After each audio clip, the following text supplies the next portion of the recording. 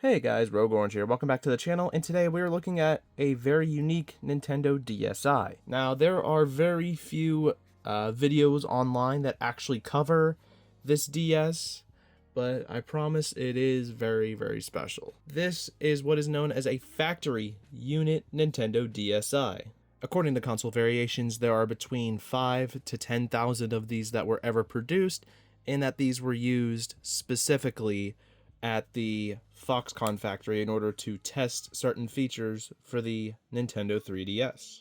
And I know what you're thinking, what actually makes this a factory unit? Well, there's quite a few signs. Well, the first thing you're going to notice is that it looks like a white Nintendo DS. But if we flip it over, first and foremost, you're going to see this sticker on the back. If you watched my Japanese DSi Panda video, you're going to know that this is a development sticker that they would have put on the Panda unit. The serial code is also unique to this system. This VJF serial code is very unique to the system. Another sign are some of the details here on the back. If we zoom into different screw holes on the system, you're going to see that there's actually damage from being screwed into a testing machine, which I will show on screen. But yeah, there's just screw damage. And not only that, but this stylus is glued into the system. The stylus does not come out. It is permanently in there. It's not going nowhere. And if we open it up, you're going to see a little bit of screen damage, but honestly not too bad, all things considered. And I don't know if your screen is calibrated to see it, but if you look closely, you can actually see the white compared to all the yellow, and that is the bracket in which the system was held in to the machine. And again, the evidence of the damage on these screw ports is those go hand in hand with these bracket marks where there's no sun damage. And then another detail is that if we take this cartridge out of the cartridge slot, you're going to see not only is it a blank label, there's also a hole cut out at the top. And if we open it up, you're going to see that it reads DIJ10Dummy02. And it doesn't look like a regular cartridge because the only traces and stuff on this board all lead to a connector for a ribbon cable. And as I mentioned before and showed before, the machine that this would have been on would have connected to the DSi through that ribbon cable bypass. And another thing about this system is that it doesn't turn on like a regular DSi. You can't just power it on and off like you normally would.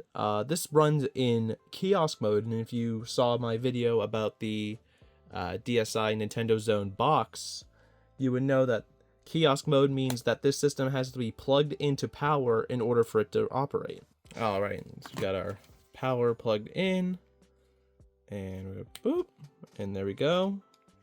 We are lit up, and you're going to see that this runs the NAND filer. This has the Twilight menu. This runs development firmware, because if we head into the settings, you're going to see it runs 1.4J dev, which means this is a development unit, but also sort of not a development unit.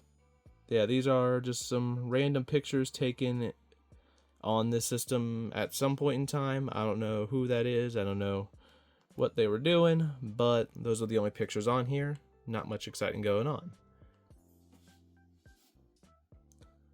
Going into the sound application, you're going to see that there's no SD card in here, so we are on the tutorial screen essentially, so nobody really messed with it because that's not what this was meant for.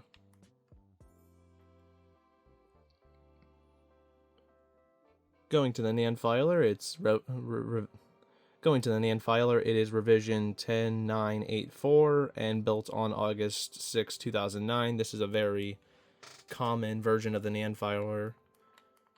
And as I've said, there is nothing besides those two photos on this system, and there's no SD card, so we can move on. Continuing on, we go to the Twilight menu. And there is nothing on the SD card. There's no game cartridge inserted besides the ribbon cable bypass, and the hardware NAND also has nothing on it pretty much. So not really that exciting if we're being honest. But question is, does it play games? Alright, similar to the Nintendo Zone box, this is a Japanese unit, so I assume that the American assigned DSi cartridge may or may not work on this. I have doubts that it will. And would you believe it, it does not appear. And if we go into Twilight menu, it also doesn't show up, which means that this is in fact running development firmware, despite being used only in a factory and not actually by real developers.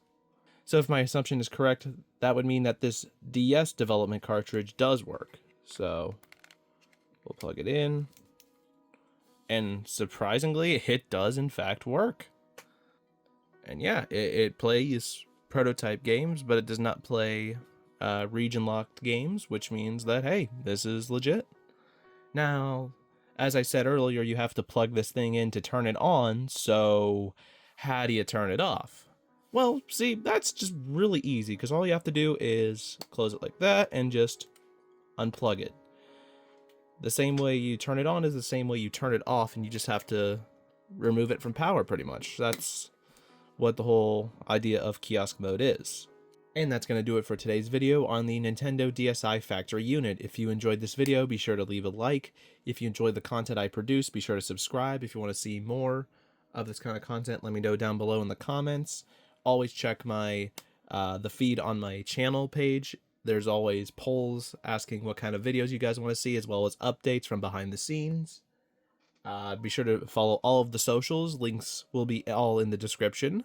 Anyways, my name's been Rogue Orange, and I'll catch you next time. Peace.